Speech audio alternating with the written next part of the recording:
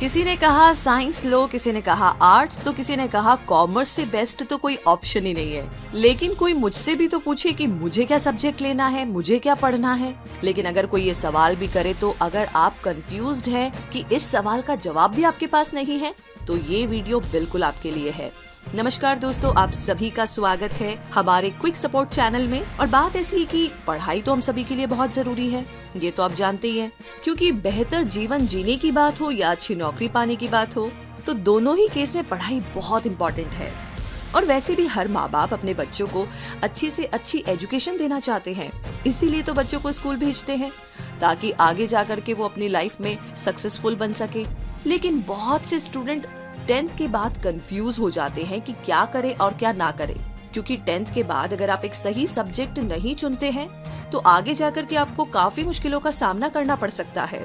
तो आज के इस वीडियो में हम आपको बताएंगे कि 10वीं के बाद क्या करें, what to do after 10th, और क्या ना करें, और कौन सा सब्जेक्ट आपको चुनना चाहिए 10वीं कक्षा पास करने के बाद। क्योंकि 10th के बाद एक सही सब्जेक्ट को चुनना बहुत इम्पोर्टेंट है। और ये जानना भी जरूरी है कि 10वीं और 12वीं में हमें क्या क्या पढ़ाया जाएगा, जिससे कि आपको आगे जाकर के काफी हेल्प मिले।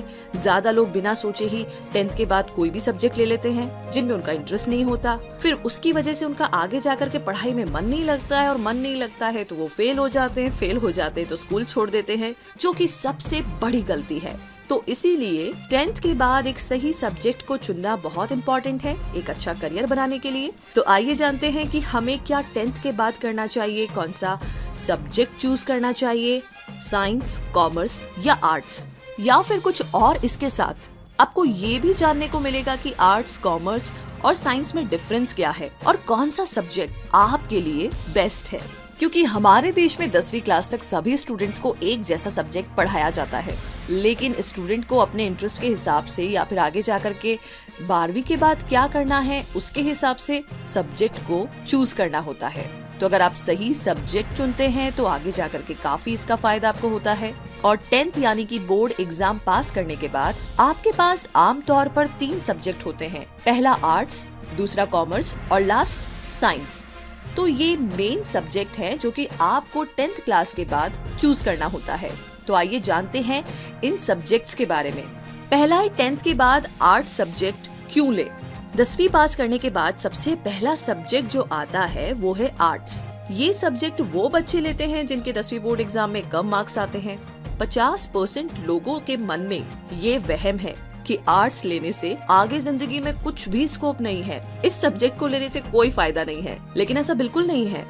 इस सब्जेक्ट को अगर आप अच्छे से पढ़ते हैं तो आगे जाकर के आप एक अच्छे पॉलिटिशियन, वकील, कोर्ट जज बन सकते हैं। इसके अलावा आप हिंदी, संस्कृत के प्रोफेसर भी बन सकते हैं।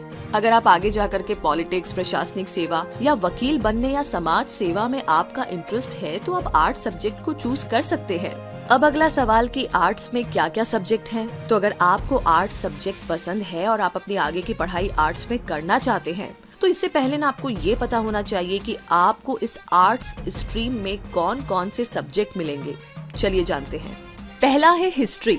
आर्ट्स में सबसे पहला सब्जेक्ट जो आता है वो है हिस्ट्री, यानी कि इतिहास, जो कि थोड़ा सा बोरिंग है जिनका इंटरेस्ट नहीं है उनके लिए। लेकिन अगर आपको इसमें इंटरेस्ट है तो आप आर्ट्स स्ट्रीम का चुनाव कर सकते हैं। इसमें आपको पुराने समय के बारे में ज्यादा से ज्यादा नॉलेज मिलेगी और बहुत मजा भी आएगा। दूसरा है इंग्लिश। इस सब्जेक्ट में आपको इंग्लिश ग्रामर सिखाई जाती है, लिटरेचर है, बहुत सारी और भी चीजें। तो अगर आप अपनी इंग्लिश को इम्प्रूव करना चाहते हैं और साथ ही इस फील्ड में और आगे बढ़ना चाहते हैं तो आप इस सब्जेक्ट को चूज कर सकते हैं।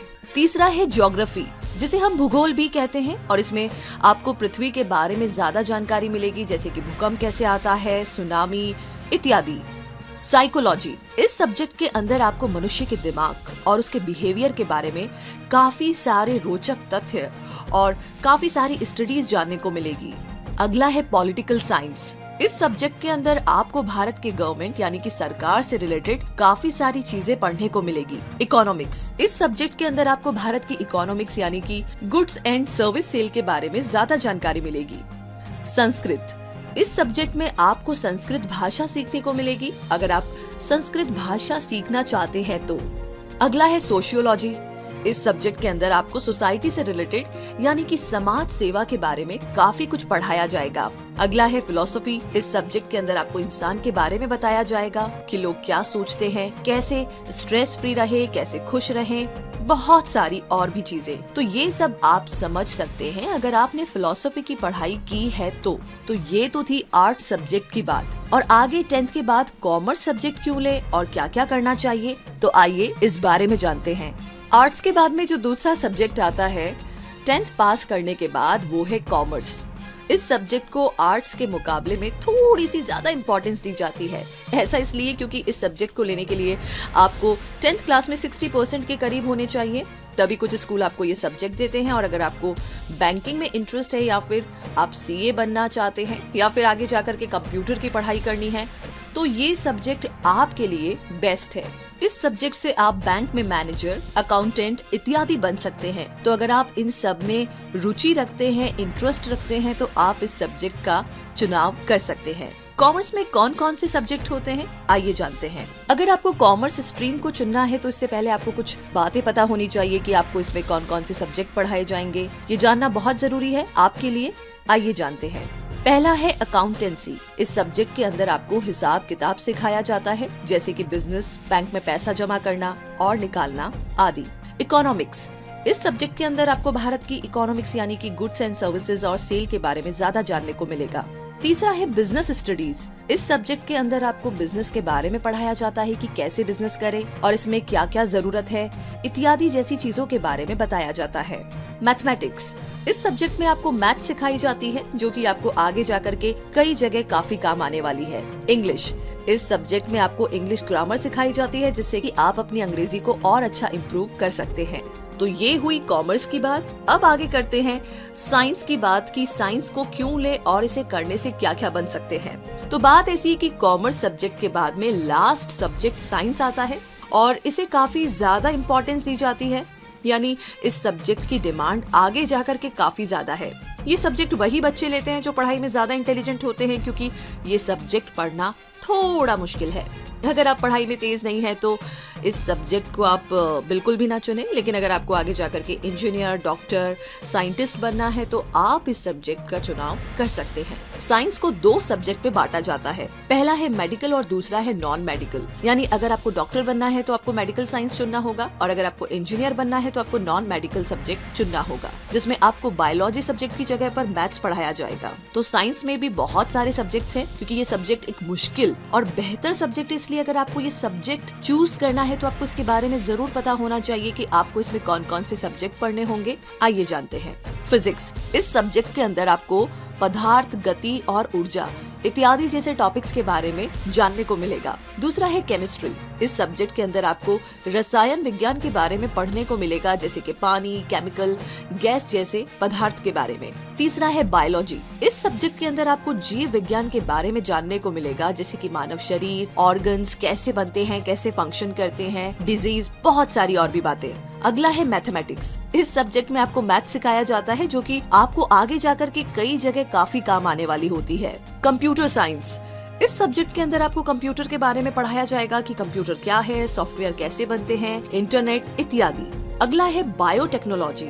इस सब्जेक्ट के अंदर आपको बायोटेक्नोलॉजी के बारे में पढ़ाया जाता है, जैसे कि बायोलॉजिकल सिस्टम, लिविंग ऑर्गेनिज्म इत्यादि। और अगर अब आगे बात करें 10th के बाद डिप्लोमा कोर्स की, तो अगर आप 10वीं क्लास के बाद स्कूल नहीं जाना चाहते हैं और इसकी जगह पर कोर्स या प्रोफेशनल कोर्स या डिप्लोमा कोर्स करके एक अच्छी जॉब करना चाहते हैं, तो आप ये कर सकते हैं। 10th क्लास के बाद बहुत से इंस्टीट्यूट है जो आपको डिप्लोमा करवाते हैं अलग अलग चीजों में, जो कि आपको जॉब दिलाने में काफी हेल्प करते हैं। आइए जान लेते हैं कि आप 10वीं क्लास पास करने के बाद डिप्लोमा किन सब्जेक्ट्स में कर सकते हैं। पहला है 10th के बाद पॉलिटेक्निक में डिप्लोमा कर सकते हैं। जी हाँ, 10वीं क्लास पास करने के बाद अगर आप स्कूल नहीं जाना चाहते, डायरेक्ट कॉलेज करना चाहते हैं, तो पॉलिटेक्निक आपके लिए काफी अच्छा ऑप्शन है। ये एक इंस्टीट्यूट है जो कि आपको डिप्लोमा करवाते हैं, जैसे कि fashion designing, computer hardware, automobile, electronic engineering, mechanical engineering इत्यादि जैसे कई सब्जेक्ट में आपको डिप्लोमा करवाते हैं और इसके बाद डायरेक्ट जॉब भी कर सकते हैं, या फिर आप बैचलर डिग्री की पढ़ाई भी कर सकते हैं इसके बाद। दूसरा है 10th के बाद ITI में डिप्लोमा कर सकते हैं। जी हाँ, अगर आप पॉलिटेक्निक नहीं करना चाहते हैं तो एक और ऑप्शन है, 10th के बाद में आप ITI कर सकते हैं। ये एक इंडस्ट्रियल ट्रेनिंग इंस्टीट्यूट है जहाँ पर आपको अलग अलग चीजों में कोर्स करवाए जाते हैं जिससे कि आप आसानी से जॉब पा सकते हैं। तो बस अब आपके पास काफी सारे ऑप्शंस हैं, आप सुनिए सबकी लेकिन करिए अपने मन की, क्योंकि आपके अंदर से जो जवाब आएगा इन सारी इन्फॉर्मेशन को सुनने और जानने पहचानने के बाद, आई थिंक वो डिसीजन आपके लिए बेस्ट होगा। तो बस अपना डिसीजन लीजिए और इसी के साथ बहुत सारी शुभकामनाएं आपके साथ है। तो उम्मीद करते हैं कि आज का हमारा ये वीडियो आपके लिए बहुत ही यूजफुल और हेल्पफुल रहेगा। अगर ये वीडियो आपको पसंद आया है तो इस वीडियो को लाइक कीजिए, शेयर कीजिए, चैनल को सब्सक्राइब कीजिए और हमारे लेटेस्ट वीडियो को देखने के लिए इस बेल आइकन को प्रेस करना ना भूले। इस वीडियो को देखने के लिए बहुत सारा धन्यवाद।